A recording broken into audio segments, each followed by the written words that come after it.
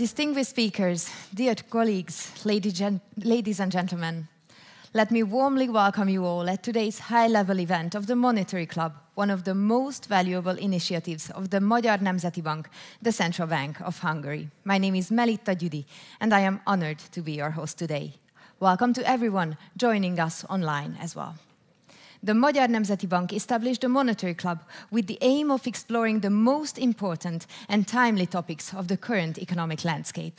Today, we have a truly outstanding opportunity to delve into the world of innovation and angel investors during the opening event of the Harvard Business School Alumni Angels Association and the Hungarian Innovation Hub Angel Investor Workshop.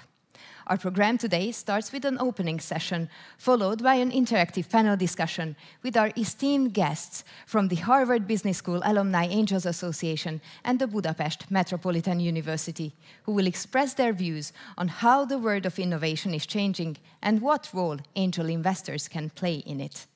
To that end, as the first speaker of today, I am pleased to announce Mr. Barnabás Virág, Deputy Governor of the Magyar Nemzeti Bank, who will deliver his opening address with which our program commences. Deputy Governor Virág, the floor is yours.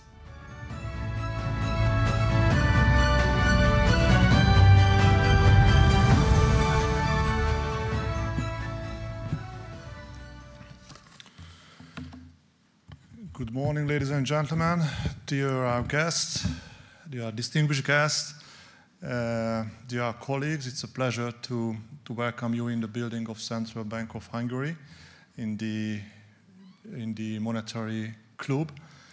I think, as we heard, one of the key words of this today lecture is the innovation. So I think we will talk a lot about innovation, how to found the innovation, how to organize a better ecosystem for supporting the innovation, and so on and so on. So why it is important to talk about innovation within this environment? I think everybody has realized that something or everything has changed in the last couple of years in our life, and it's also true for the economies. Politicians, economists are trying to find the proper words for the current decade, for the very volatile decade we are living nowadays. They are saying, okay, so that's the decade of great volatility, that's the decade of great crisis, so we are living in a multi-crisis era. I think these words are mainly linked to the fears, to the uncertainties, to the volatility. So that's why I prefer saying we are living in the era of great transition, because the transition can generate uncertainties, can generate fears on one hand, but it can generate many opportunities on the other hand, for a better life, for a more successful growth trajectory. And I think that's the need. That's the need nowadays. And especially here in Europe, and especially in the Central Eastern European region. So if I want to focus only on our region and maybe only on the country of Hungary, I can say that in the last decade, we had a pretty successful growth trajectory. So the average growth in Hungary between 2013 and 2019 was around 4%. So we had a pretty fast catching up trajectory during that period. But we know well that those growth models were based on 4 very important pillars. Pillar number 1 is that our economy was strongly linked to the German value chain. So during that time, the German industry was well-known and very famous in the global market in their effectiveness, in their innovation capacities, and so on and so on. Factor number 2, we had relatively stable and low energy prices everywhere in Europe. Factor number 3 we were able to increase the number of employment in the country in a very, very fast way. So in the last decade, we increased the number of employment in Hungary by 1 million persons.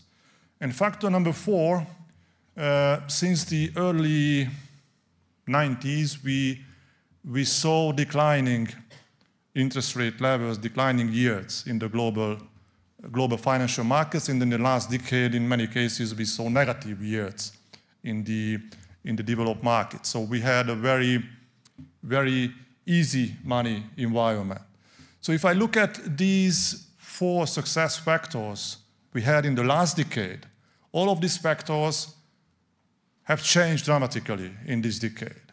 So now we know well, how to say, the German industry and the German value chains are facing with huge challenges because of the competition partially from China, from the US. We are facing with much higher energy prices, both in historical comparison and both comparing our numbers to the US market or to the Chinese market. The demography start to play against the labor supply, started to play against the labor markets. So the demography nowadays become an effective constraint everywhere. And also the finance environment has changed very significantly. So nowadays we return to the era of positive interest rates. So nowadays we can see positive interest rates everywhere, in the developed markets, in the US, in the euro area. So in line with that, if you are living in an emerging market, you have to follow the big players. So you have to provide also positive interest rate environment in your country, meaning higher interest rates and higher funding costs on the side of the corporate sector. So it's clear that the key pillars of the economic growth we had in the last decade has changed very, very significantly. So that's why we have to find new drivers to our economic growth model. We have to put more emphasis on the intensive margin, on the stronger competitiveness, on the faster productivity growth, on more innovation in our countries. Honestly, it's not an easy game. It's not an easy job. We know well. So to transform your economic growth model within a few years from one direction to the another one. So that's why we need very good relations and very good, and that's why we have to learn the good examples from the global environment, and that's why it's a pleasure to welcome our guests from the Harvard Business School Alumni Angels Association, because I think it's a good opportunity to learn more about how to change the mindset. I think we have to change the mindset in case of our ecosystem, not only here in Hungary. I think it's a European level issue.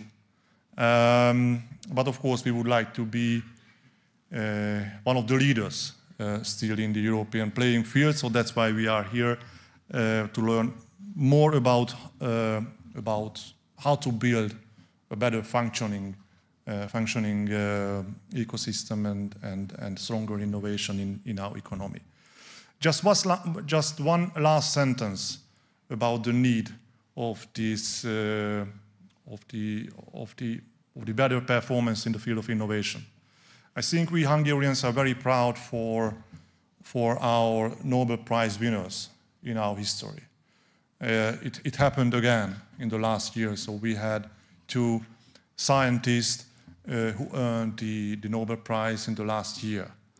I think it's generally true that in many cases we have a lot of very good thoughts in our mind, a lot of very innovative thoughts in our mind. But if I look at the other part of the story and the other part of the coin, the number of unicorn in the Hungarian corporate sector is 0. So that's it's 2. So my number is 0.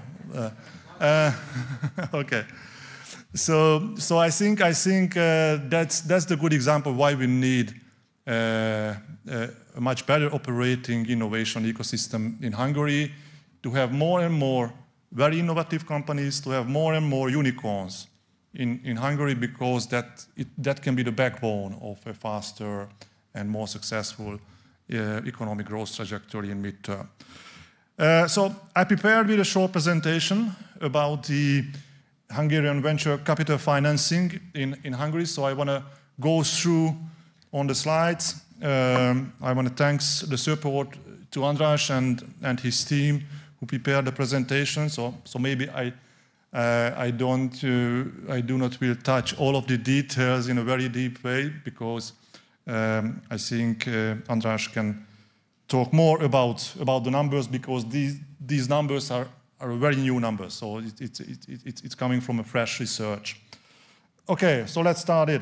So I mentioned that the global megatrends and the current economic and financial structure have adverse effects on economic performance. So I strongly believe that nowadays there are many megatrends on the playing field, but nowadays there are 4 megatrends which is very important driver of the current macro playing field.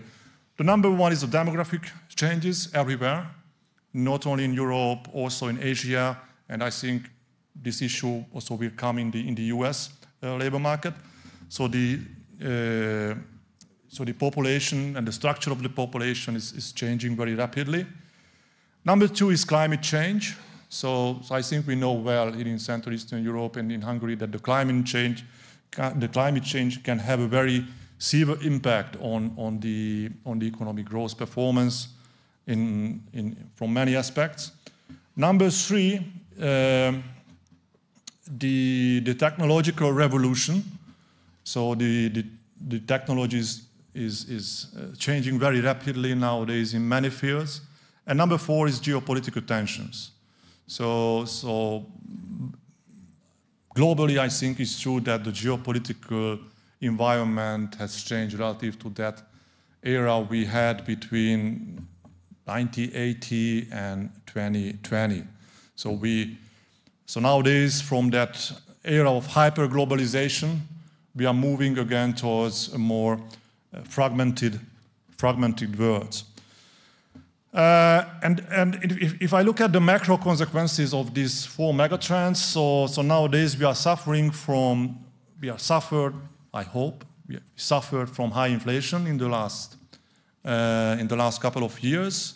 We are suffering from slow economic growth and slow economic growth in many economic regions. And we're also suffering from the rising or the high level of debts.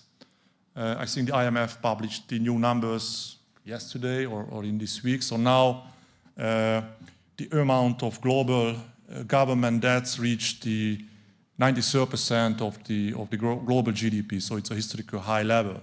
So I think looking ahead, it will be a key question how we will finance these rising debt levels everywhere in the globe. So as I mentioned, the innovation can turn challenges to opportunities. So I think that's the key factor nowadays, because these megatrends will generate new investment needs in our economy. So of course, one of the key questions will be how to fund these new investment needs and what's the better and the best operating environment to deliver these new investments in our country. So I don't want to mention the numbers, but I strongly believe that the countries looking ahead will spend more on the demographic transition, will spend more on the green issues, they will spend more on the defense, and the countries will spend more on the technological shifts. Why we have to talk about the funding environment? I think here in Europe we know well that the funding structure is strongly conventionally bank-based. Why it can be a problem? Because within this environment we need a lot of new firms. A lot of new firms who will be innovative firms, who will be more productive firms, because we know well from the history that the old and large firms are interested mainly in the status quo. So they are in their cases, they are less interested in the fast-growing trajectory or in the new innovation. But of course, if you want to fund the innovation, it's not enough to think on the bank-based approach, because for the banks to finance a firm with intangible assets, it's much harder. And of course, these firms in many cases are newcomers, so they don't have enough data to assess their performance. So that's the big picture now, and that's the gap we would like to close in Europe. So if I look at the labor productivity in the EU level, it's around 3% lower than in case of the US. So that's the productivity gap we would like to close looking ahead, and it's also true for Hungary. So if I turn to the venture capital financing, I think it's generally true nowadays that the use of venture capital financing is associated with higher potential growth in the high-tech sector. So the high-tech industry is a very important player in that. And looking at the numbers, the US venture capital investors were the most active investors in AI firms, representing more than 40% of the worldwide value of VC investments in AI in the last couple of years. The other big players are the Chinese investors. Their share is around 20%, and the share of EU investors is only around 9%, so below 10, so far below the numbers we saw in case of the US and China. So these are the European numbers. So the European venture capital investments are characterized by large capital inflows and outflows. So we can see inflows from the US towards the European markets. We can see outflow from the European markets towards the other markets. So the size of the domestic investment in European countries is around 7.6 billion euro, while the size of the cross-border investments within Europe is around 3.6 billion euro. So if I step closer to the CE region, so we can see two very, sad numbers in the chart. The first sad number is that the size of the venture capital investment in Europe declined in the last couple of years, and the share of Central Eastern Europe is only 2%.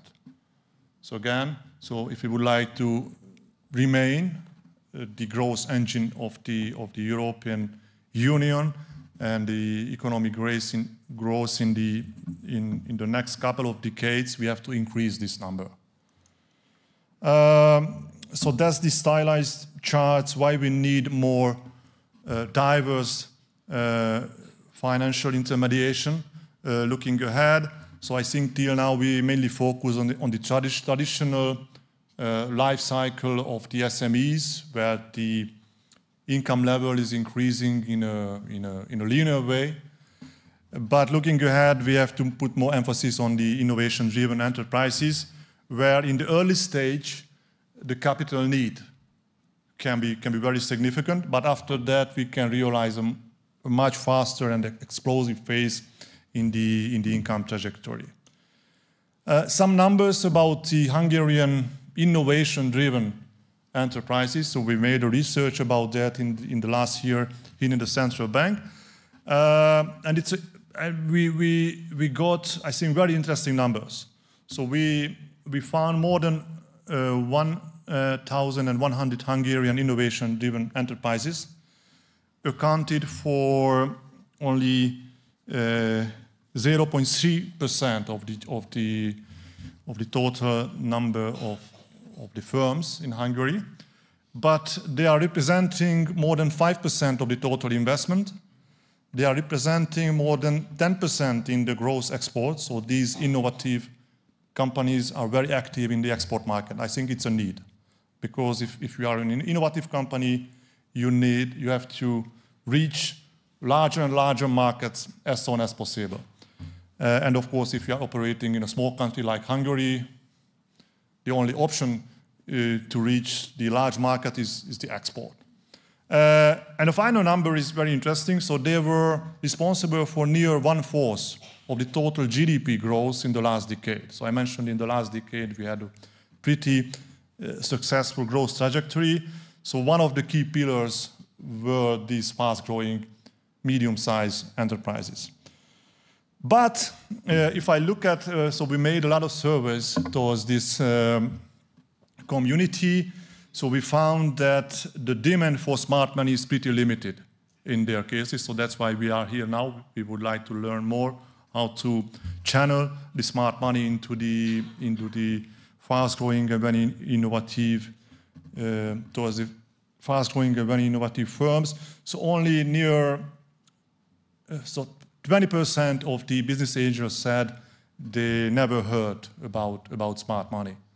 So more than, so near 90% of the Hungarian innovation-driven enterprises were expanding by bootstrapping. So they operated from their own internal resources. So I think it's a big constraint now for the Hungarian innovation. The good news is that on the supply side, we have a lot of domestic financial savings.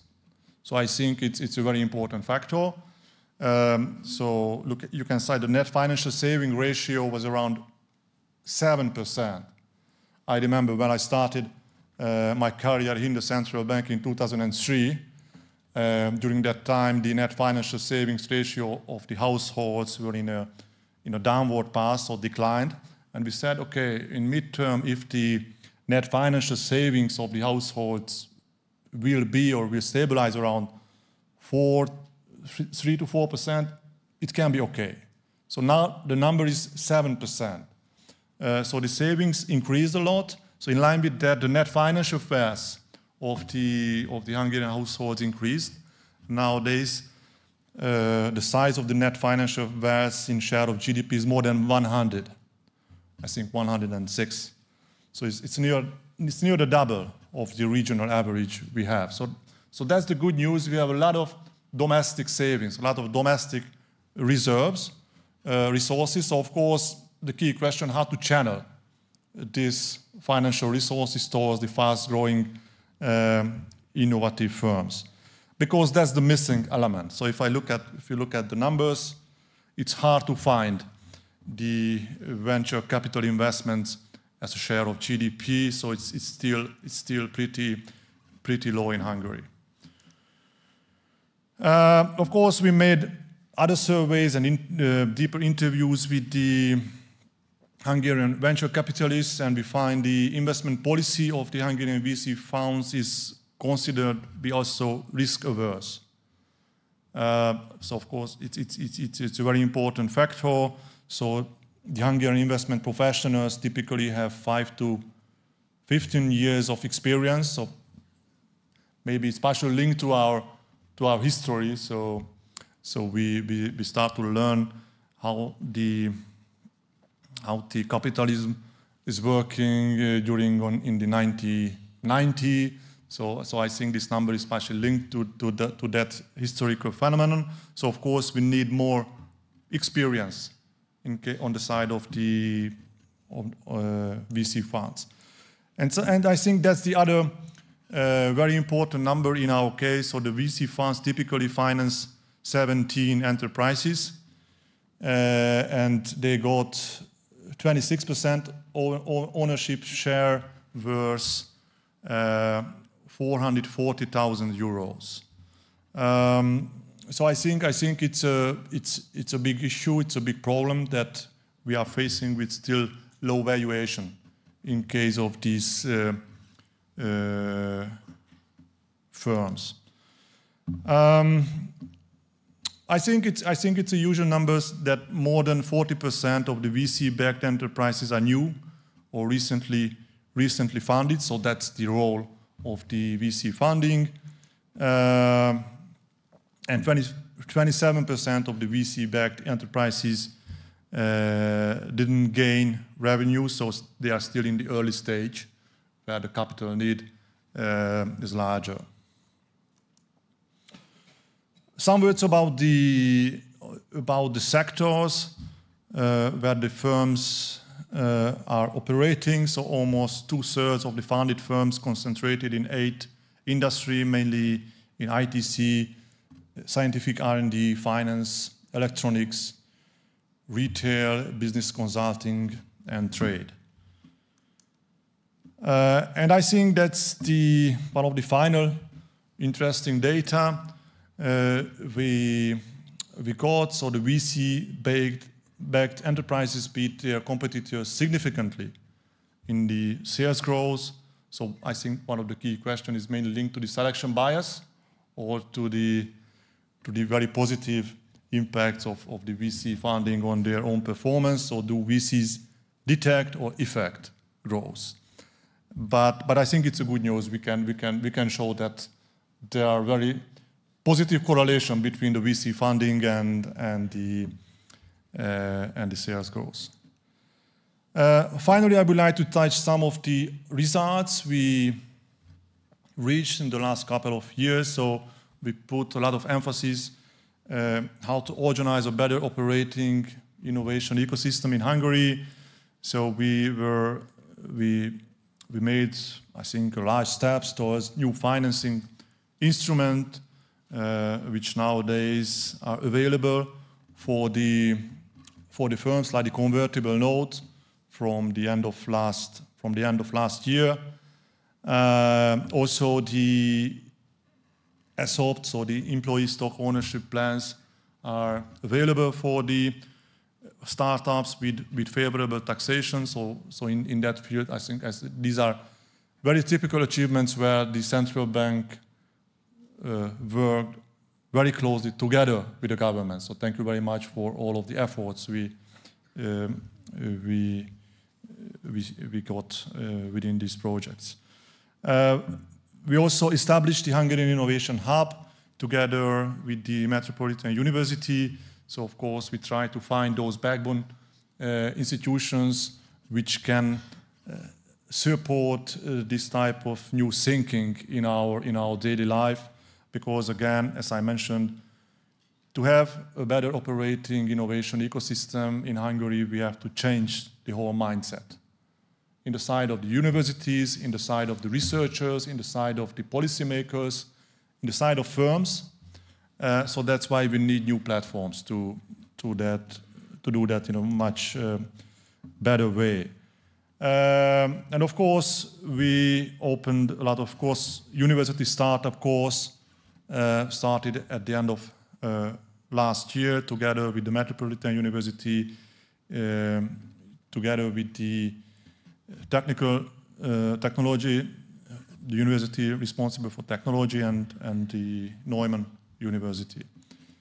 So that's my presentation as a nutshell to start a conversation linked to the innovation and the need of new ecosystem which can provide a better growth outcome also here in Hungary. So thank you very much for your attention, and I wish all of you very fruitful conversation about this topic. Thank you very much.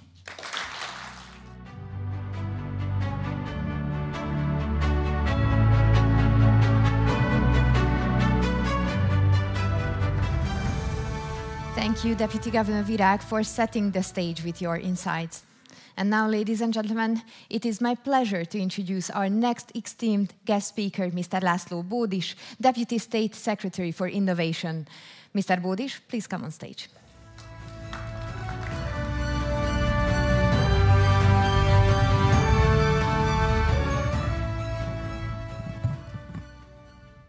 Dear ladies and gentlemen, dear Mr. Deputy Governor, dear distinguished guests, dear everyone, I got 10 minutes for this short presentation, and I'm and it will not be longer than that. I just want to first, in line with Mr. Virak said, I generally agree with the situation you described regarding the Hungarian innovation ecosystem and its challenges. And as you mentioned, it's not a Hungarian challenge itself, it's a European challenge.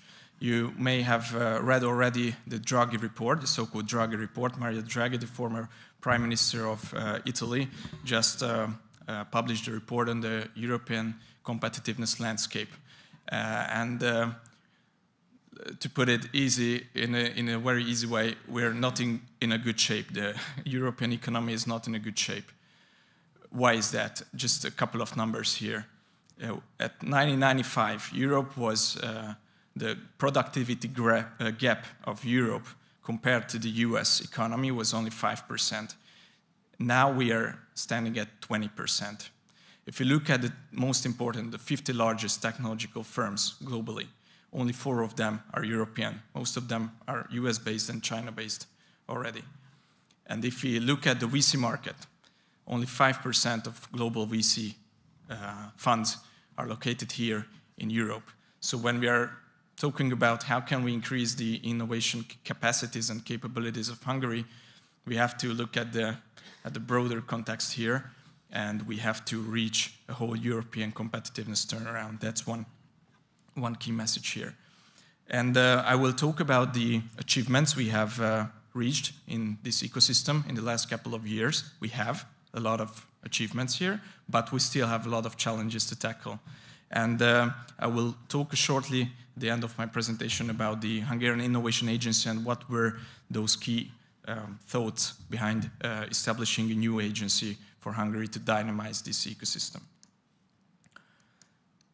So what are the key results? I just brought 4 key numbers here because we have already some data.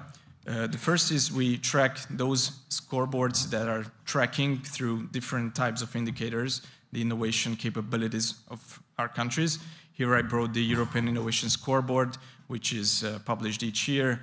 And on the European Innovation Scoreboard, Hungary's score has increased almost by 9 score. It's like a percentage point compared to the European average. If we look at the input side of the innovation ecosystem, since 2010, so basically in the last 15 years, there are R&D expenditures in the whole economy, not just from the state side, but also from the private sector, has tripled in Hungarian forints.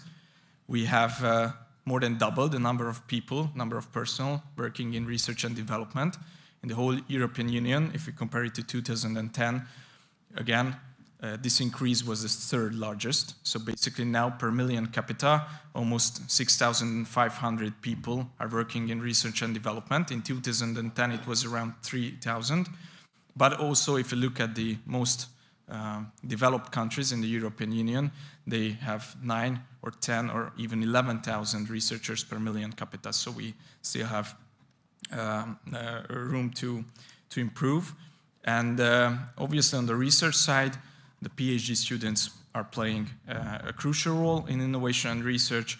We have increased by more than 50% the number of doctoral students in our universities. And if you look at the Global Innovation Index and European Innovation Scoreboard, we can find other good numbers in the Hungarian innovation ecosystem, such as the FDI net inflows. You know that Hungary is a very favorable destination for foreign direct investments. The manufacturing side of the economy is pretty good. Obviously, multinational companies play a decisive role in that. But we also have a very good position in foreign doctorate students. Every 3rd doctorate students are coming up from abroad, basically. So the Hungarian universities are already a very demanded higher education institutions. So basically these are the achievements. What are the most important challenges that we see from the governmental side in the ecosystem? First, even though we have managed to increase the number of researchers significantly, as I already mentioned, still we have a challenge here. to increase in the next coming years even further. And if you look at the entrepreneurial intentions, what is maybe even more interesting and important, only 8% of the adult population says yes answer if we ask them, do you plan to establish a new company in the coming 3 years? And with that data, out of the 46 countries that are analyzed in this report, Hungary's rank is 40. So basically, we have a task here to do. The other challenge I would highlight, and I think this is one of the most important challenges, is the technology transfer capabilities and activities of our universities and research institutions. Now, last year, you can see the data, 60 patents were filed from our universities. 4 years ago, it was 10 or 15, so it has significantly increased. But if you take it that we spend more than 100 billion Hungarian forints each year, which is around $300 million a year in R&D in our university ecosystem, it's still a very low number. The ratio of innovative enterprises is significantly below the European average. The European average is 53% almost, and in Hungary, every third SME, small or medium enterprise, is basically doing innovation. And this is a huge challenge because we had another analysis. We did it with the Central Statistical Office of Hungary, and we see that those companies, those SMEs that are innovative, that are innovating, they are paying by 31% more salary for their employees. Their productivity is 58% higher, and they're employing 2.5 times as much employees than those companies that are not innovative. So to be innovative in the Hungarian economy is worth it, basically. And the other and fourth challenges are underdeveloped startup and VC ecosystem. I should have wrote as well, the VC ecosystem is also underdeveloped, as we could see the numbers. So these are the challenges, and obviously in 10 minutes I only have 2.5 left. I can't get into the details, every initiatives we did and we are doing, but I will just get to the role of the Hungarian Innovation Agency in that field. So basically, we had several discussions with the ecosystem players in the last couple of years, and we understood that it's not enough to just put money into the ecosystem through a funding agency. We already had that for many years. But we also need to have an agency which is providing knowledge, basically, and networks in this ecosystem, and that is the role of the Hungarian Innovation Agency. With the mission of a threefold mission. The first is how can we strengthen the number of entrepreneurs, the supply of entrepreneurs and researchers in the ecosystem. The second is how can we accelerate the startup ecosystem of Hungary. And the third is how can we increase the international visibility, because we had Joe Medved here from the Israeli ecosystem a couple of weeks ago, and his main message is that if you don't have international players in your ecosystem, then you're not going to thrive, basically. So this is the mission, and I just want to highlight some programs, some initiatives, some projects we launched in the last 1.5 years. I won't get into all of this, just want to highlight some. The Hungarian Startup University Program, I think, it's a flagship of ours. Already almost 20,000 students from our universities enrolled in this program, which is a 2-semester startup and innovation program. We also launched this year, for the first time, the Hungary Innovation Week. We had more than 10 events within a week. All of them are focusing on innovation. These all were international events with more than 10,000 participants and more than 50 speakers from abroad. We also launched, and I think it's a crucial initiative, a startup forum, which was already, not by that name, but the function was already mentioned by Mr. Virag Barnabás, that we are basically getting together with the ecosystem players and discuss what can be done in order to accelerate the ecosystem, and all those legislative changes that were already mentioned, convertible loans, ESOPs, and others are coming, basically were discussed in this forum.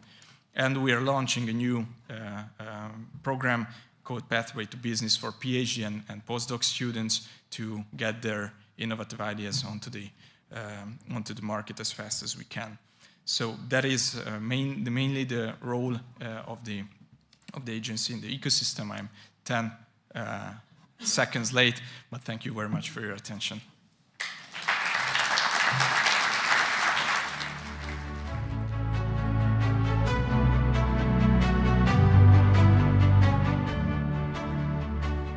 Thank you very much, Mr. Bódis, for sharing your insightful thoughts with us. Continuing in the spirit, I am delighted to invite on stage Mr. László Szabó, head of the Hungarian Innovation Hub. Mr. Szabó, the floor is yours.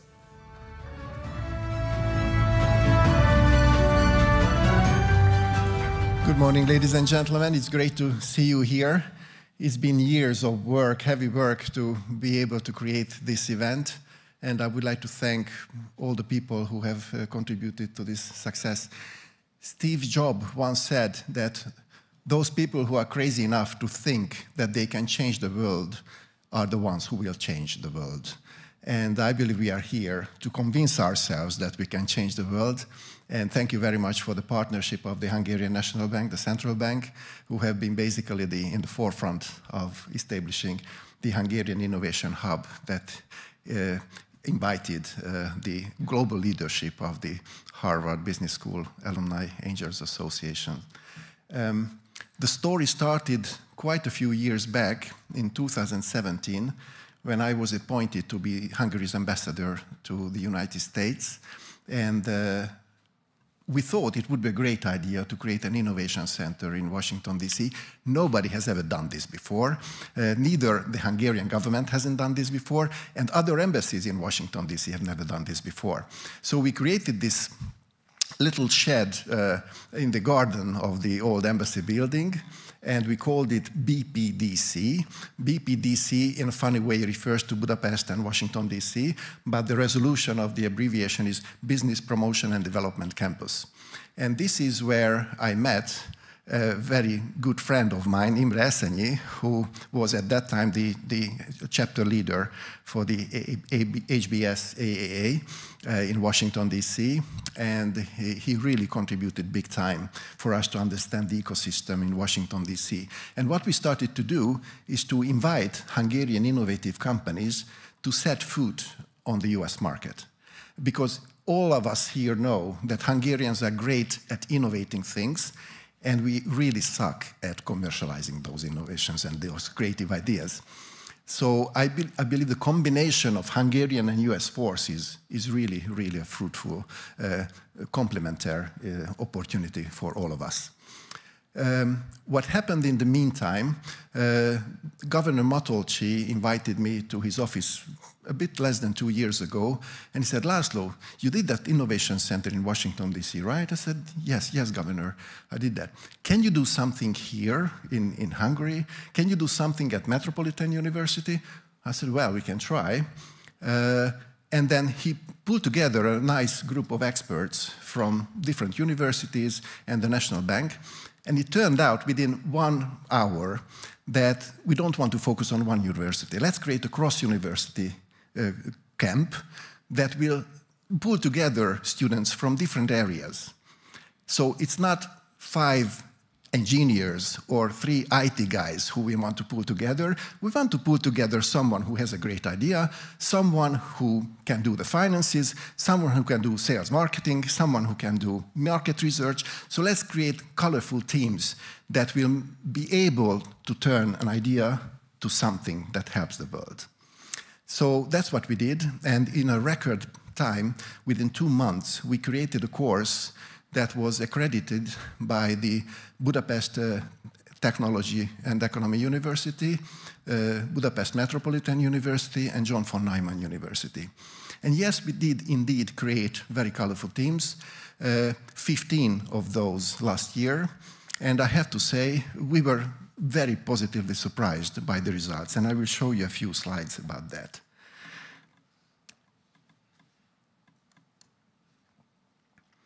Basically, what we encourage kids to do is to bring their own ideas. It doesn't matter if they don't bring an idea, but we are collecting ideas at the very beginning of the course.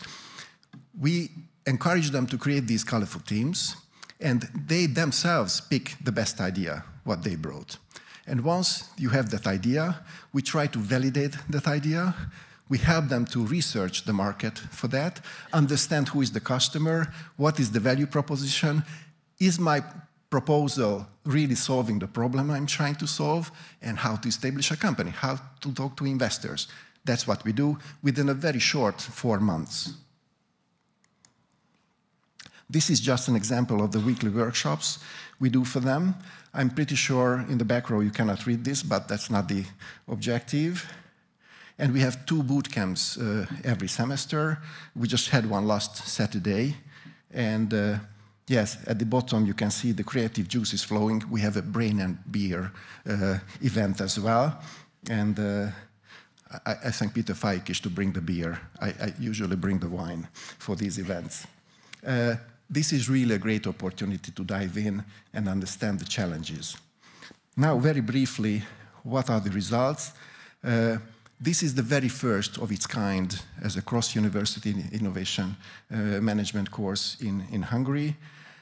We created a very nice space for the collaboration of the students. This is at the Metropolitan University campus in the I building.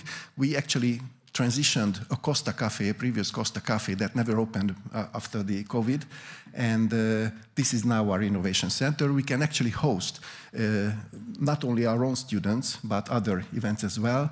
In the last year, we hosted more than 100 events that were related to innovation. This January, we created a partnership with the Harvard Business School Alumni Angels Network, and we are very grateful to be able to collaborate you. Our plan is to incorporate the subject matter, what we teach to the students, and we also want to create a platform for these Hungarian startups to be exposed to the great sources and resources of the Harvard Business School. I mentioned already the number of events we have hosted. Now, on 15th of December last year, we had a demo day, competition between the 15 teams. It actually took place on this stage, and we are very happy that the 3 winners of this course have already gained international attention, which is great. 2 of the teams have already been chosen by the Future Founders Club to compete, and they actually won the first and the second prize, so that was quite an incredible achievement. Also, one of our teams have already got a 25,000 euros investment, and they are growing quite nicely on the international levels. They also won support from Microsoft for digital services. Bridge Aid took the second place at the Danube Cup, which is a regional international cup. It's a competition for startups that took place in Linz. And Fraud Shield Security, which had the special prize from the Hungarian National Bank, has been selected to be the top 250 startups globally by this Entrepreneurship World Cup initiative.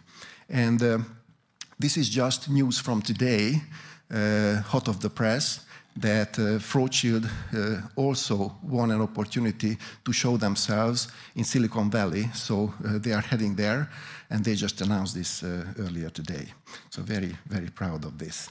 So this is a community space that we offer to anyone who sits in this room. So you don't have to be necessarily members of John von Neumann University, Metropolitan University, or the Budapest Technological and Economic University, but anyone who is interested in collaborating and working together with other players of the innovation ecosystem, you are welcome.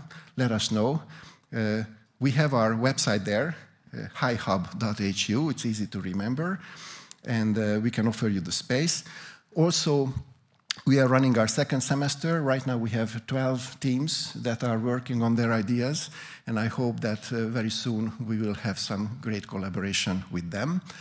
Later today, after the panel we have here, 2 o'clock in the afternoon, we start a workshop with the leadership of the Harvard experts who are sitting here. And I'm inviting all of you.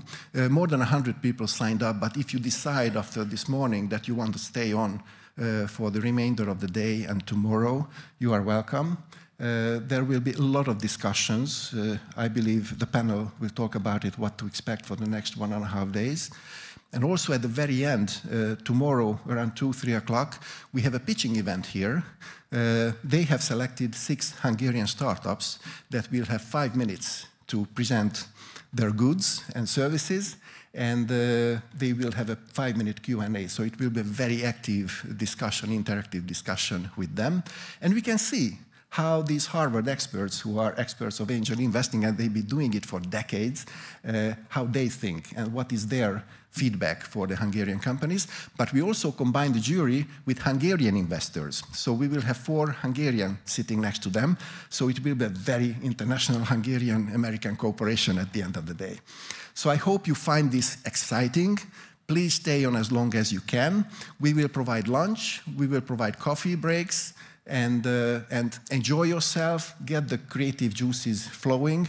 And I'm pretty sure once you have a good company, a creative idea, Wi-Fi and coffee, the world is ours. So let's make the world a better place together. Thank you.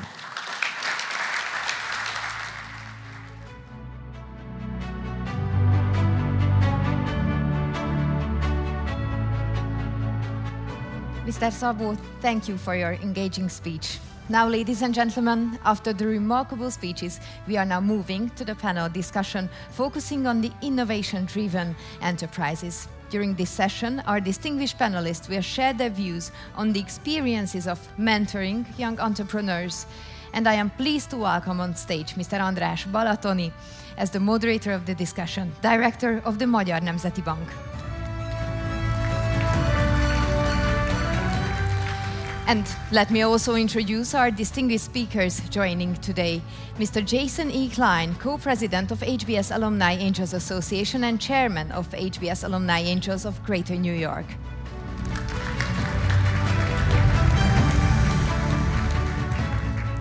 Ms. Jean Kovács, co-president of HBS Alumni Angels Association and co-president emeritus at Northern California.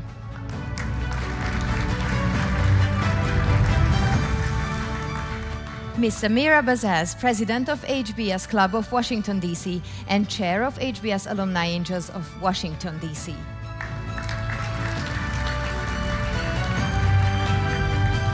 Mr. Imre Eszenyi, Chair of HBS Alumni Angels Association Syndication, Founder and Chairman Emeritus of HBS Alumni Angels of Washington, D.C.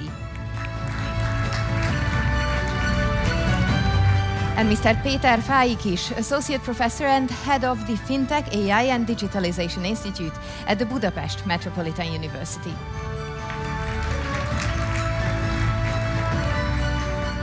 After the panel discussion, there will be a short Q&A session, so I warmly encourage everyone to take this opportunity and prepare with questions for our distinguished speakers. Now, Mr. Balatoni and dear panelists, the stage is yours.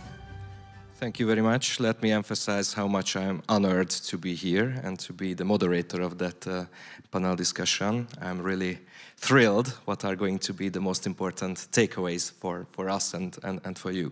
I prepared with some questions. However, let me start with the following. You have seen a lot of data about the Hungarian ecosystem in the last half an hour or so. What is your most important takeaway? What are we missing? What is the most important bottleneck of the Hungarian innovation ecosystem? I know that Peter has some expertise, so please hold on, let our distinguished foreign guest start with the answer. So, please, what is the most important takeaway? Do you want to start? Jean, please. Okay, well, thank you, everyone. Köszönöm szépen. As you might have guessed, I'm half Hungarian. I've been coming to this country since 1989, and I have seen so many changes. And I would say what I noticed this morning from those talks, which were excellent, is I am so optimistic about the opportunities in Hungary. You have so many smart people, so much young energy.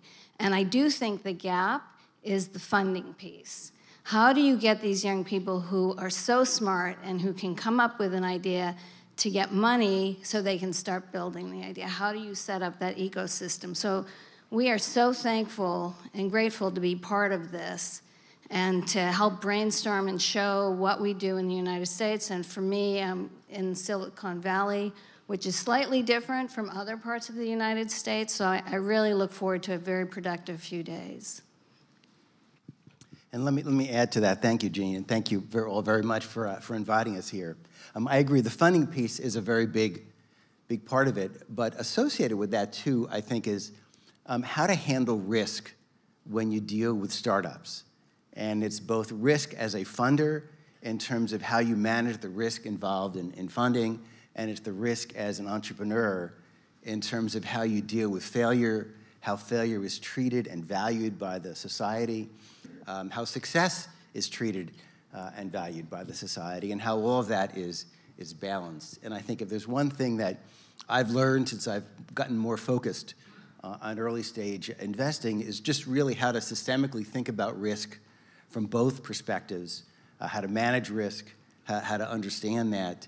And that's a skill, and I think through workshops like this and through your innovation center, that's one of the most important things that you develop kind of a feel for as time goes on, how to make decisions in uncertainty and manage the risk involved in startups. And I'm sure we'll hear more about that later. Well, thank you all again for having us here. And I just want to reiterate what Jason said, and actually, and Jean, in that I feel very optimistic from what I've heard here. And just by way of background, I just want to say these are the same questions we even grapple with in the US. So it's not just uniquely a European problem. I think it's a US problem. It's a regional problem. So for instance, in the US, there are stark differences between the different regions in terms of people's risk appetite, the availability of startup capital, and how startups develop. So for instance, we all know Silicon Valley is a hub of startup development, but we do have dark pockets, even within the US. Some areas of the Midwest, I would say even Washington, D.C., where we are from, is a more conservative environment. So even in the US, we grapple with some of these same challenges. So I'm excited to hear some of the solutions myself to bring those to our own regions. All right, let me jump to the second question, because I'm really curious. What does actually Harvard Business School Alumni Angels Association does? So what is the service you are providing for your members? Imre, the floor is yours. The good news is that we have both co-presidents here, so I'm going to let them discuss it. I just want to mention, I think the takeaway from the previous data dump is we may have to look for another Costa Coffee location, because it seems like that's what's missing is a place for people to actually learn the skill of angel investing. I don't think anyone was born as an angel investor or venture investor. It's a learned skill. It's something that we're still learning. We're still failing at it. And it's something that's maybe a long time adventure. So the two co-presidents will tell you about the association. Well, we operate actually as two levels. So one is kind of corporate and one is local. Let me talk about the local one first. So we have 20 independent chapters of HBS Alumni Angels. I wear two hats. I'm the co-president, along with Jean, of the Global Association, but I'm also chairman of the largest chapter in New York. And at the chapter level is where we conduct pitch sessions. Basically, the chapters themselves are pretty much pitch generating and funding machines. So New York is a good example. In New York, we screen maybe 10 to 20 companies a month. We have 5 to 6 companies that present in person and over Zoom. And then we invest in about 1 to 2 companies per month after maybe a month or two of diligence.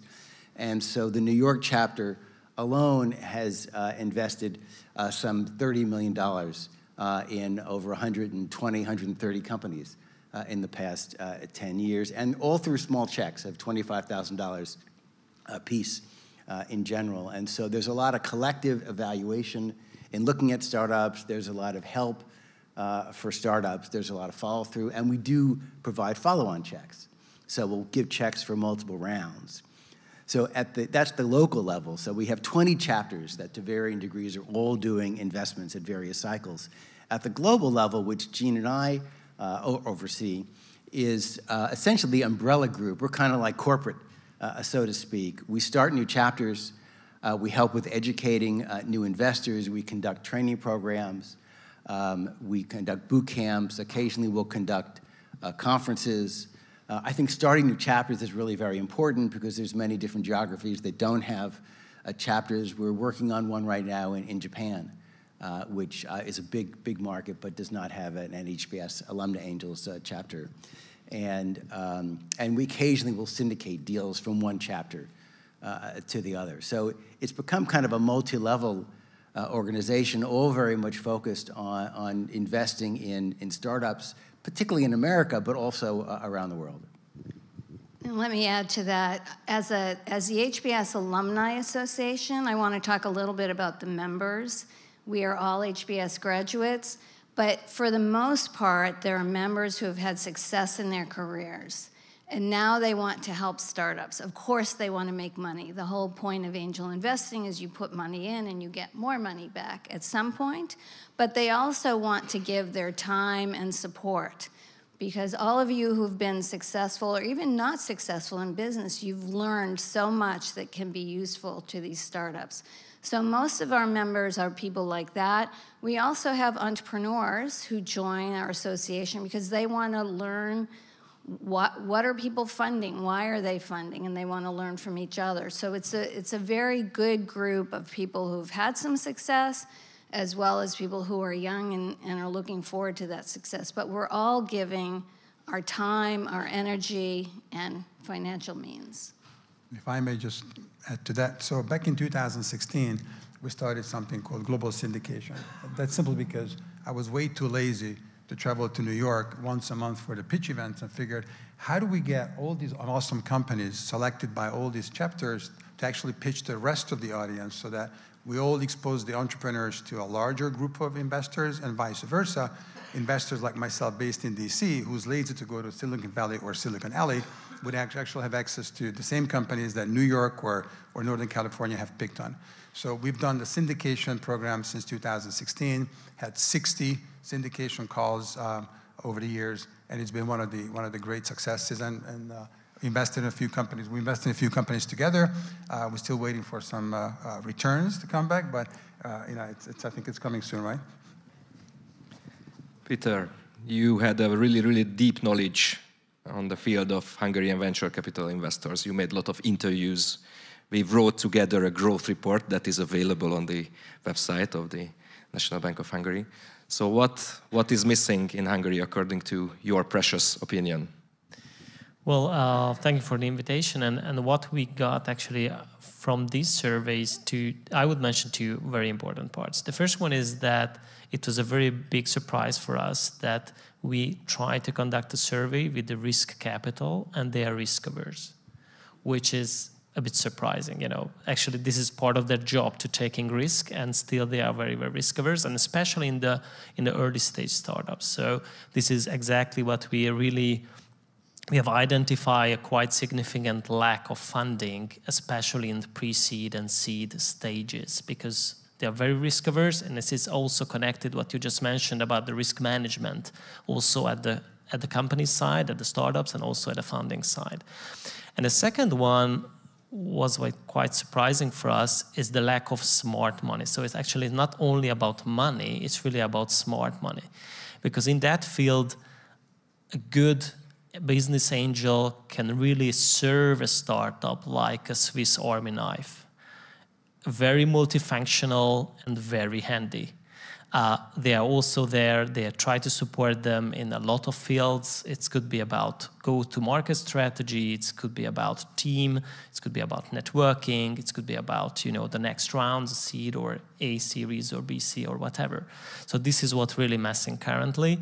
And we have high hopes that with internalization and some knowledge sharing, it could really support our ecosystem.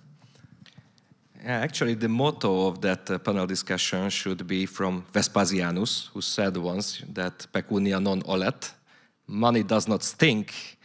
However, it looks like it does have different kind of money, has different effect on startups or on the whole real economy, for the whole macroeconomy. Why are angel investors special? What do you provide as an angel investor for your startups that is unique in kind, that they do not get from other source of financing? So if I may start, you mentioned venture investing or angel investing. So this is all part of the capital formation. So if you look at innovation, entrepreneurship, and capital formation, it's an integral, that's what makes the ecosystem. That's why the US is so successful in producing unicorns and technology companies, because it's all in place. Now, what we do, and it's very important to emphasize, we're not acting as venture capitalists, we're angel investors. The big difference is, and many of you are here, maybe are running venture funds. Venture funds as an institutional brokerage business. You're representing other investors' assets, and you take a fee, and you allocate that according to your risk-return parameters or whatever your preferences are. So you are really a relative investor because you are measured up against other venture funds of the same vintage, same year. You're measured up against the S&P 500 or whatever index you pick. Angel investors, on the other hand, are absolute return investors because I couldn't care whether my IRR was 2% higher than the S&P or not. I care about, did I start out with an amount of money which is bigger now at the end of the year or not? So, and that's a very key, important difference. Furthermore, VCs are organized, formally legalized. They represent, as I said, limited partners. So they have a fine line of a term, typically 10 to 12 years. Angel investors do not. I have deals that I've been sitting in for 15, 17 years, and I don't have to go back to my limited partners and ask for permission to renew because it's my money. So I have a lot longer time horizon. In addition, whether you're active or passive, that's an important differentiation. Oftentimes, you just write a check and you're passive and you never hear from them, meaning entrepreneurs. But oftentimes, you actually are involved in, you mentioned earlier, which is very important, network, access, contacts. That's probably one of the biggest things that angels can bring to the ecosystem. So I might just add one thing there, that one of the distinguishing facts with angel investors as well is because you're an individual investor, you are not tied to specific deal terms. So you can actually negotiate deal terms based on the needs of the founder. So our deals tend to be more founder-focused, and as a result, encourage that innovation process. So we generally have less covenants in our deals. They are longer-term focused and can be written very investor-friendly. So that's one. And then just from a research standpoint, we do have data that suggests that angel investing is very unique in a way in that it does encourage a lot of economic growth. So we've had a Center of Economic Excellence study that shows across 21 countries, that angel investing encourages growth, encourages employment development, and encourages follow-on financing as well, which is a key piece to promote young startups who do need multiple rounds of financing, and angel investing is a good foundation for that. If I could, let me just take a minute and do a contrast between angel investors and VCs, because I know you've all seen charts about all the great VC money in the US, which of course went boom and bust over the past couple years. Professor Josh Lerner at Harvard Business School points out that, that angel investors are actually much more aligned with startups than VCs are.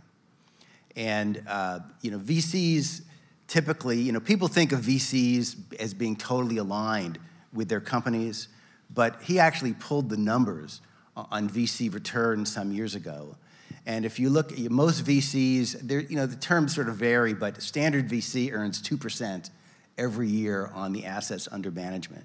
They'll also get a carry, so they get a share of the profits and the gains, but according to Professor Lerner's research, 62% of venture capital profits come from that 2% management fee.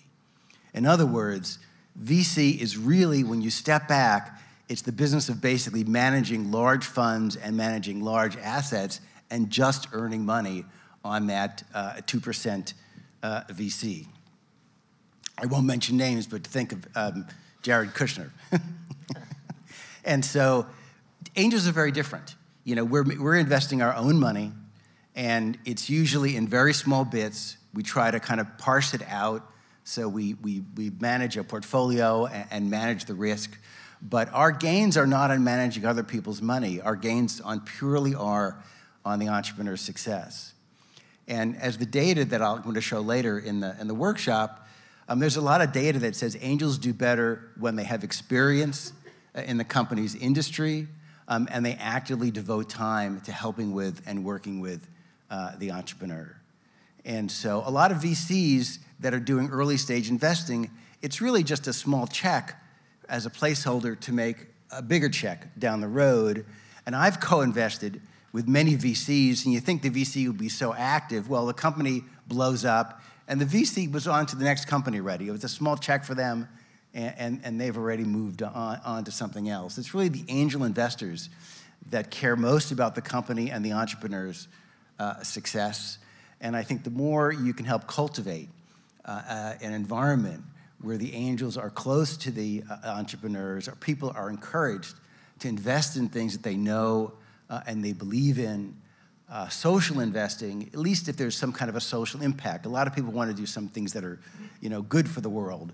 And so if you have angels that focus on things that they care about also, that helps quite a bit. And just to add to Jason's comment, it's partly human nature. If you're an investor and you're sitting in the audience listening to an entrepreneur and you know that industry and you know the problems and you believe in the solution, you're going to be way more passionate and you're going to be able to add a lot more value. And I would say the majority of angel investments, there's some sort of link, either with the entrepreneur or the market or the growth trajectory or the strategy, that really builds a bond that helps the youngish or younger entrepreneur.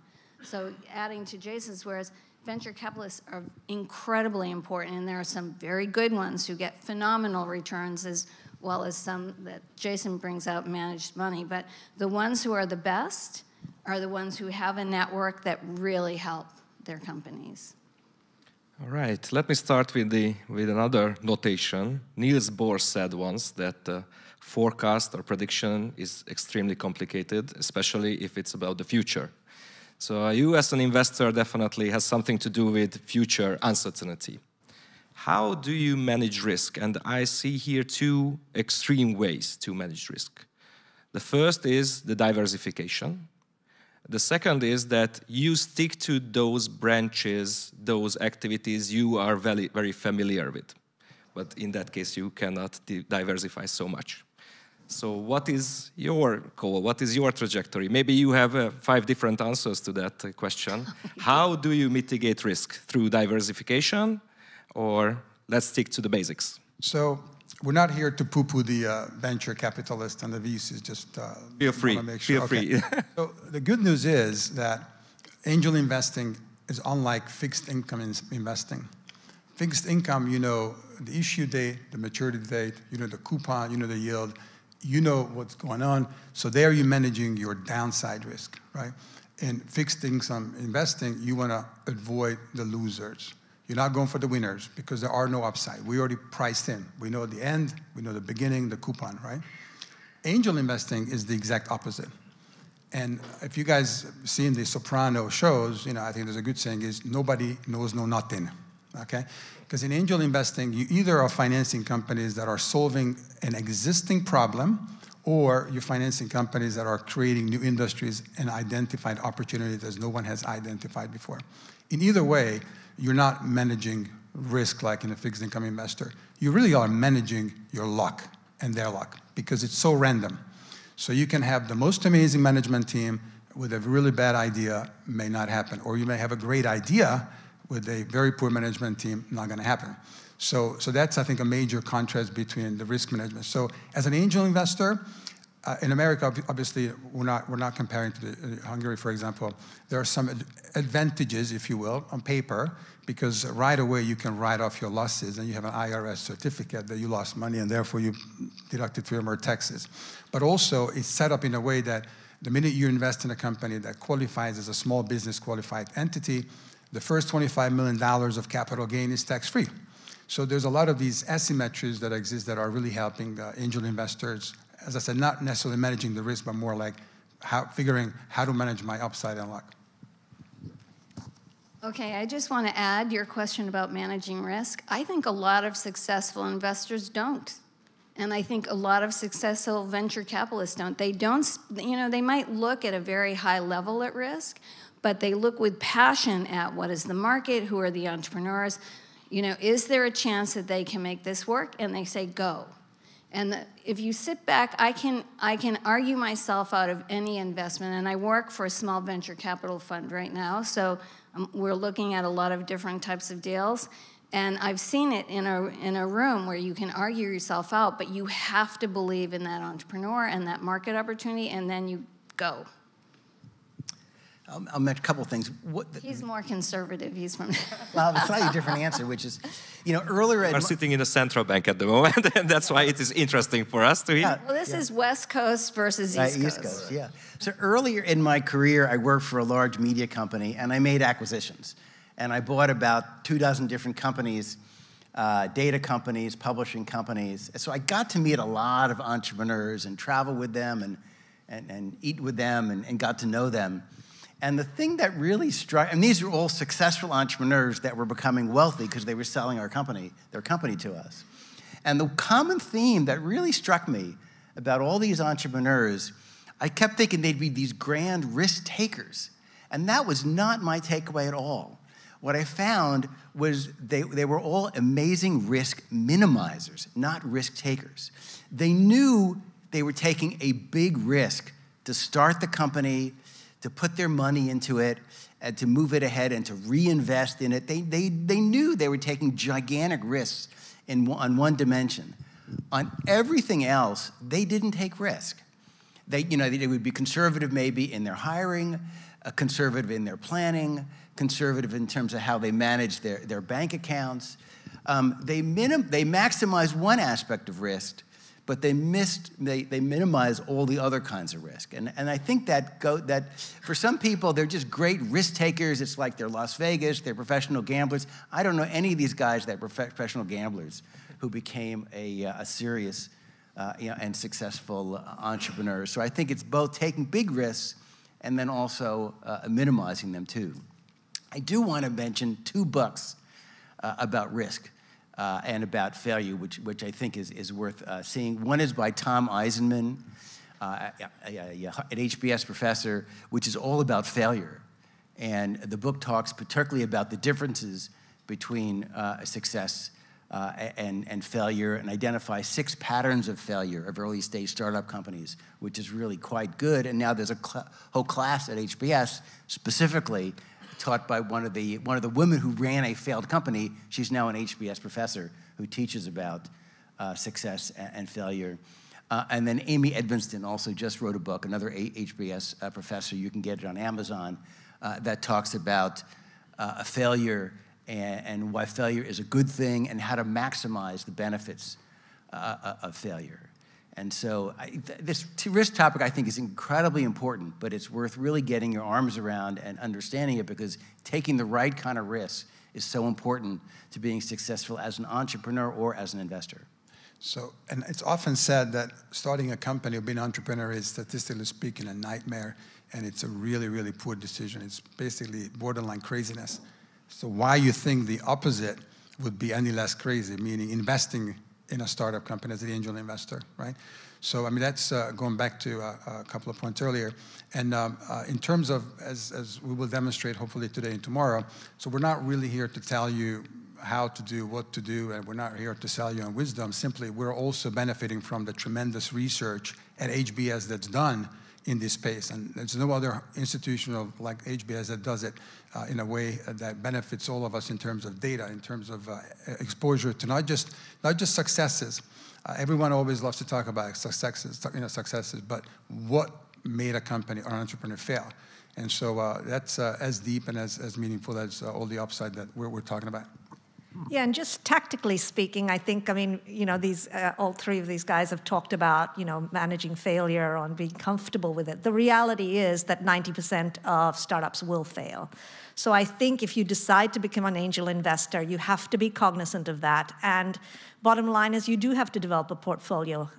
Jason is going to talk a lot more about that in his presentation today, but most of the successful angels I have seen, and I'm a relatively new angel investor, so I've spent some time studying the people here who have been successful, they do think about it as a portfolio, as an asset class that is part of their overall investment, personal investment portfolio. And they allocate enough capital so as not to bankrupt themselves in case all of their startups fail, but enough to be able to make multiple investments in at least 10 to 15 companies and be able to make follow-on investments, because the data does show that the best successes come when you do those second, third round of financing. It is very interesting what Jason has just said, and you are echoing actually one of the MIT stuff. Sorry for quoting an MIT stuff here. You got it from us. Yeah. Bill Olet, maybe. Bill Olet was, and he said that entrepreneurs should have the spirit of the pirate, but the skills of a Navy SEAL. So that means that they have to plan very well. They have to risk averse in some dimensions. However, they take an enormous risk on the other side when they start up their new enterprise. Peter, what do you think? What is the missing link in Hungary? The spirit or the skills? Both, I know. Yeah, probably both. Just getting back to one step is you mentioned the diversification. It's also managing risk, and it's also important for companies, actually among companies, to diversify. But it's also quite important to diversify within the startups. So actually, if you have a team which is well diversified, so not only engineers are there, but really someone who is very good in marketing and sales, someone is very good in engineering, someone is very good in operating things or the legal parts. So that could also have a positive impact on managing the risk at startup level. Getting back to your question, I think what we conducted, of course, several surveys among other students. So we were partnering crime in that with Laszlo and initiating actually the whole cross-university startup course and also the Hungarian Innovation Hub. And what we really see is that one very important aspect is extremely crucial, and probably it's special for Hungary or for the region, that they are not only the risk capitalists are very risk averse, but also the general students. So actually they are, for instance, their attitude towards failures, it's a very different thing. So for instance, in the US, the best students want to be an entrepreneur. In Harvard, in MIT, a lot of other places. In Hungary, the best students want to be a very good corporate or central bankers, usually or central bankers, of course. So in that sense, the whole set is quite different. And one of the biggest challenge to really support this mindset change, that this is also a very relevant path for very talented students to be an entrepreneur and really change the world, as has been mentioned by Laszlo today morning. So this is one very important aspect, the attitude.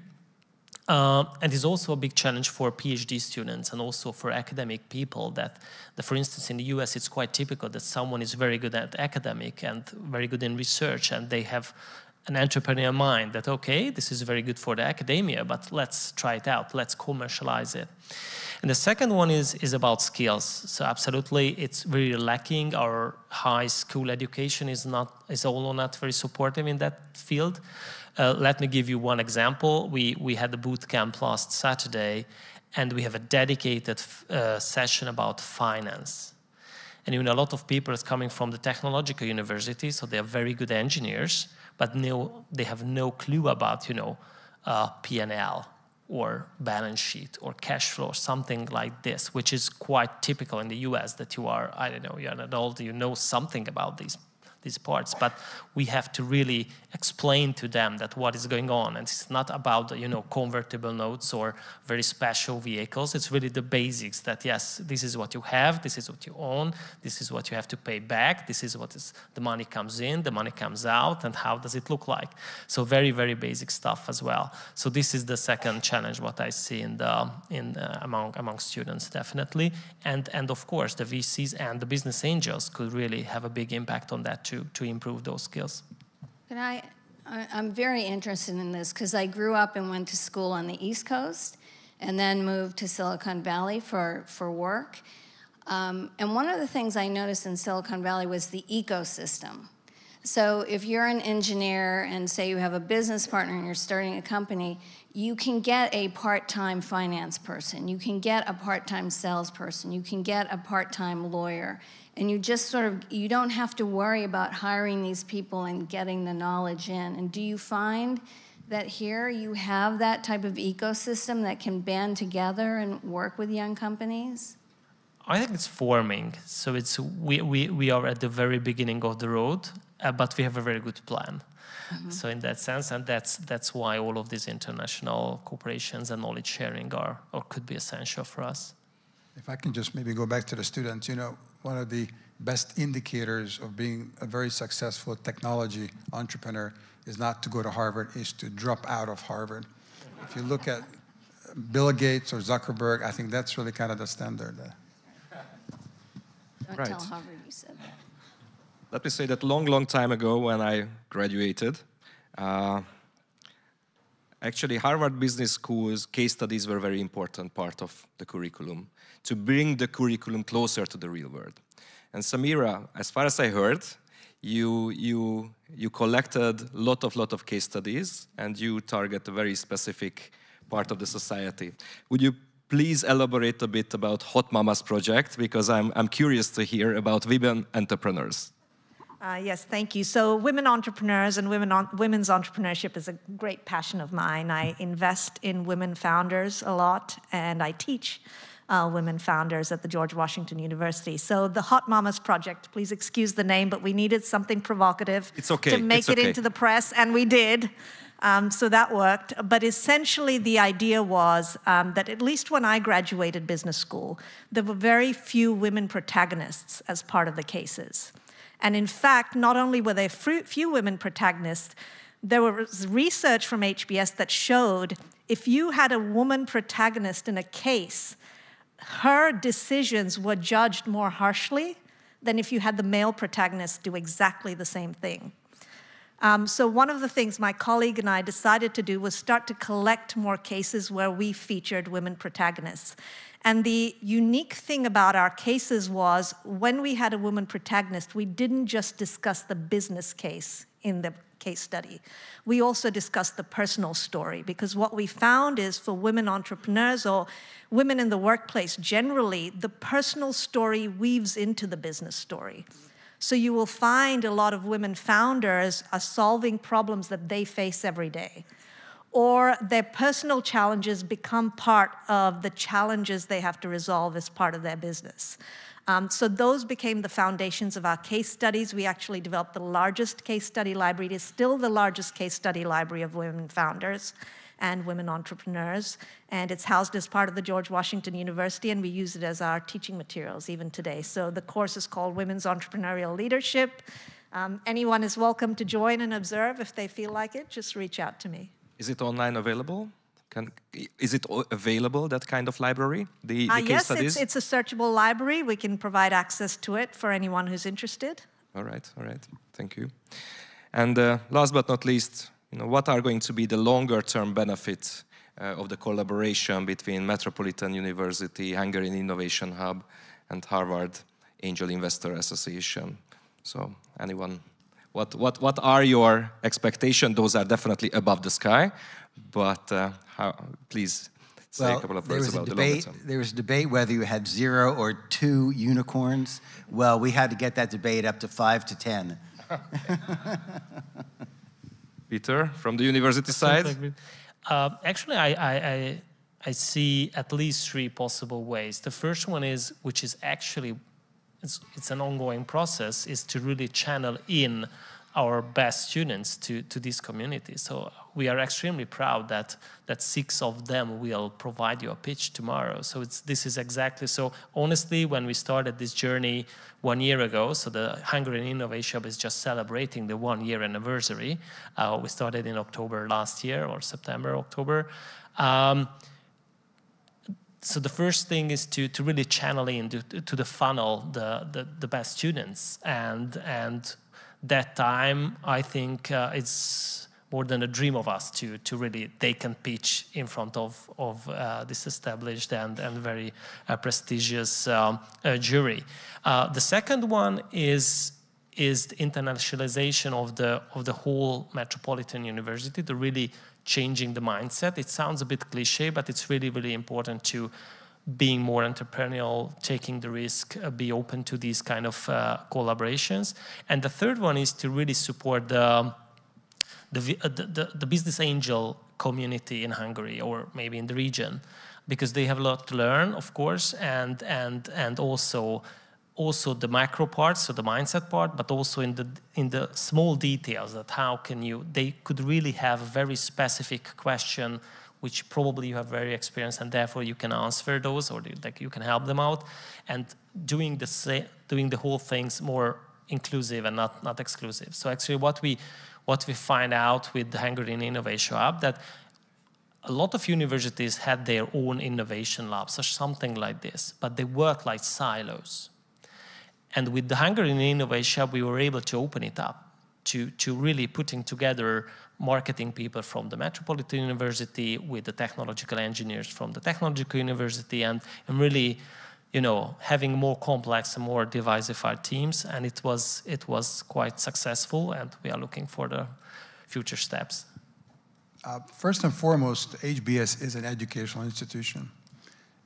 We are volunteers, postgraduates. We're obviously organizing ourselves like a corporation. So we really are in the business of extending that educational experience that HBS started. We all learned about finance, strategy. We all learned about how to think critically about market strategy and ecosystems and the likes. But ultimately, it's the activity that we perpetuate.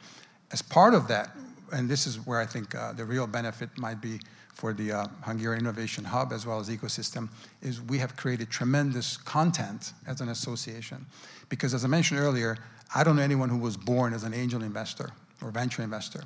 So we are really providing the service to our members by pulling in the most qualified individuals, organizing seminars, webinars, online, most of it. And so that content library, just like similar to Hot Mamas, I have to come with a good name, like Hot Papas. That content library is something that we could obviously make available. And furthermore, we are doing a lot of webinars and workshops that are also available to non-HBS and non-Harvard affiliates. For instance, Samir here on our board has been pretty much leading the task of putting together a more concerted and organized webinar series that touches on, similar to what we're going to do today and tomorrow, workshops, how to be an angel investor, and so on and so forth. So these we can make available, and these are online, streaming. People can join in and connect even from Hungary. All right, we have 5 minutes left, and let me turn to our precious audience. Maybe you are going to have 1 or 2 questions to the panelists. There's a question. One moment, please. Thank you. My question is about motivation at the founder level. You talked about risk. One of the burdens that entrepreneurs have here is that they're diluted a lot. And I've even seen put options back for the original investment amount on the founders. Can you comment on this? I think the best founders are doing it because they're passionate about the area that they're doing, and if they have the best investors, the investors will look out for the founders. I think doing something like, you need to have that marriage.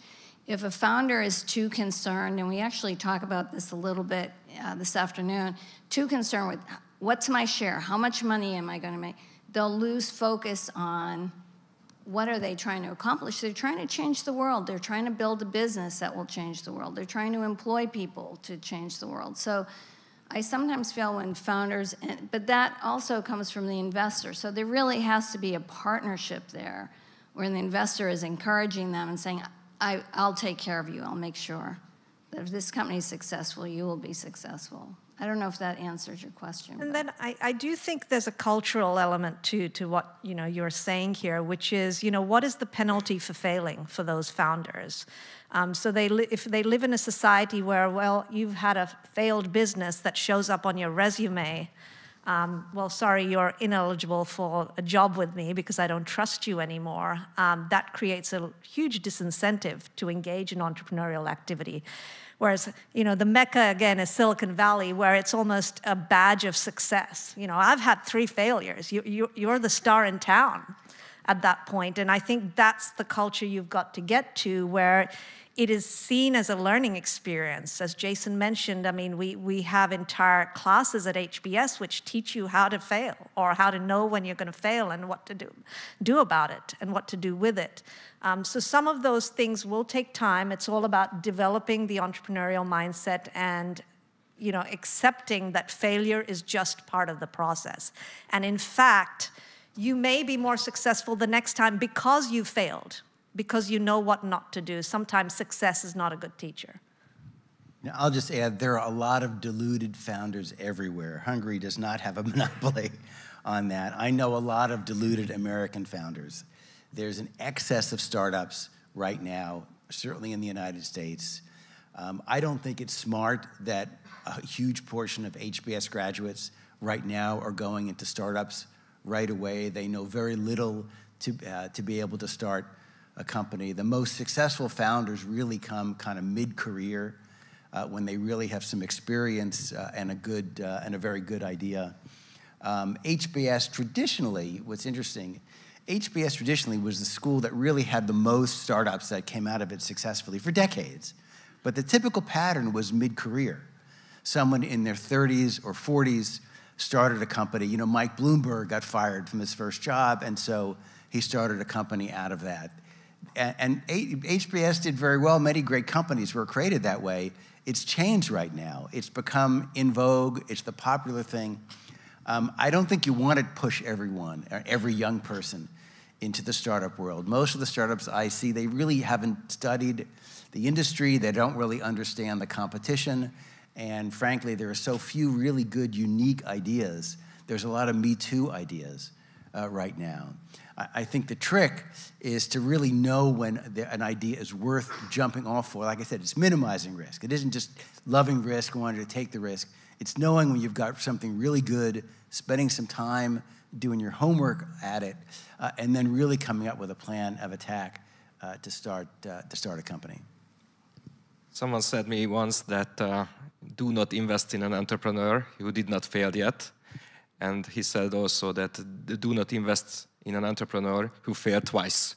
Okay, so you have to have one failure. There is another question there. And I think we are going to conclude afterwards. Okay, thank you. László Korányi from National Innovation Agency.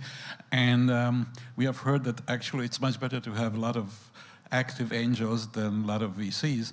Okay, this was meant to be a joke, but definitely for a good and healthy ecosystem, you need a lot of active angels.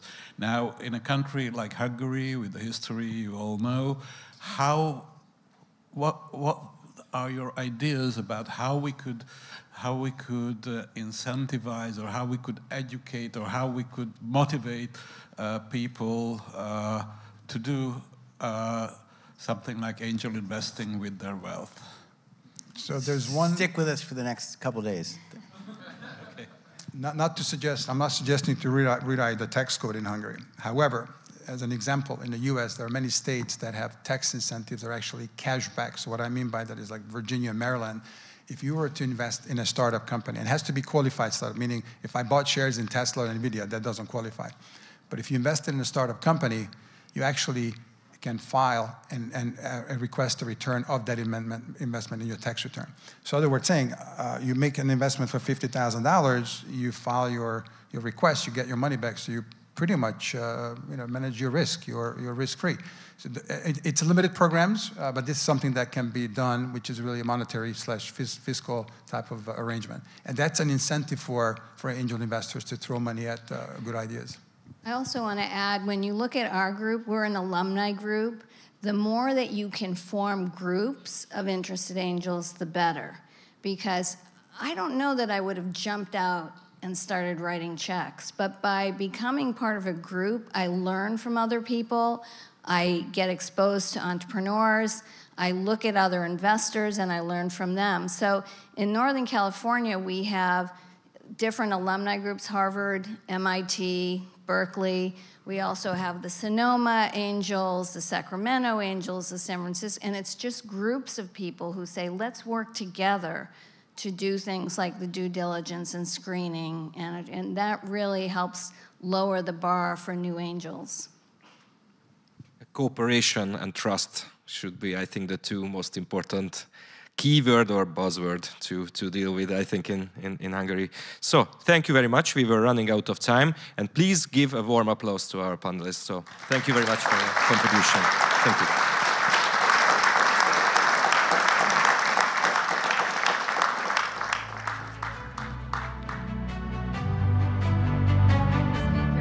Dear speakers, thank you very much for the dynamic and insightful discussion. You may take your seats in the audience. Thank you very much. Ladies and gentlemen, I am confident that the ideas we have heard today will inspire new approaches to advancing innovation across industries. With the closing of this session, we have reached the end of the professional program. I would like to thank all our speakers and participants for sharing their great insights, and our audience for staying with us here in the Lámfalusi conference room and online as well. Those of